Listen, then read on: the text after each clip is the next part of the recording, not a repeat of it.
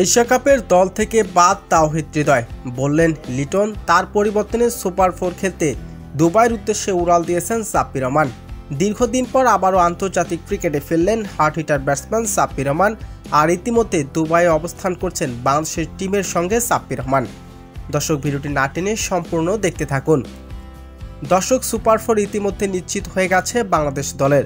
Super 4-এর প্রথম ম্যাচে শ্রীলঙ্কার বিপক্ষে মাঠে নামবেন টাইগাররা। তবে এরই মধ্যে পরিবর্তনের ইঙ্গিত দিয়েছে বাংলাদেশ ক্রিকেট বোর্ড। এরই মধ্যে তাওহিদ হৃদয় বাজে পারফরমেন্সের কারণে হতাশ বাংলাদেশ ক্রিকেট বোর্ড।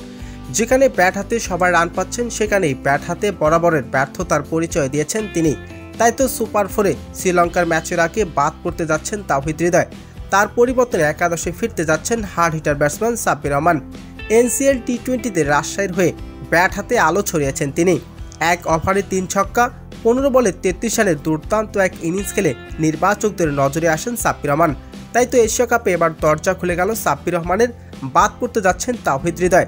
তাওহিদ হৃদয়ের পরিবর্তনে এবার এশিয়া কাপ খেলতে ইতিমধ্যে দুবাইয়ের উদ্দেশ্যে উড়াল দিয়েছেন তিনি। আর বাংলাদেশ টিমের সঙ্গে যোগ দিয়েছেন সাব্বির রহমান। আর সুপার 4-এ শ্রীলঙ্কার বিপক্ষে প্রথম ম্যাচে মাঠে নামবেন সাব্বির রহমান। সংবাদ সম্মেলনে সাফ জানিয়ে দিলেন লিটন, আন্তর্জাতিক ক্রিকেটে আবারও ফিরলেন সাব্বির রহমান। এশিয়া কাপ দিয়ে আবারও মাঠ মাতাবেন তিনি। তো দর্শক, তাওহিদ হৃদয়ের পরিবর্তনে সাব্বিরকে যদি একাদশে নেওয়া যেত তাহলে কেমন হতো? দর্শক, জানিয়ে দিন আপনার মূল্যবান মতামতটি কমেন্ট বক্সে।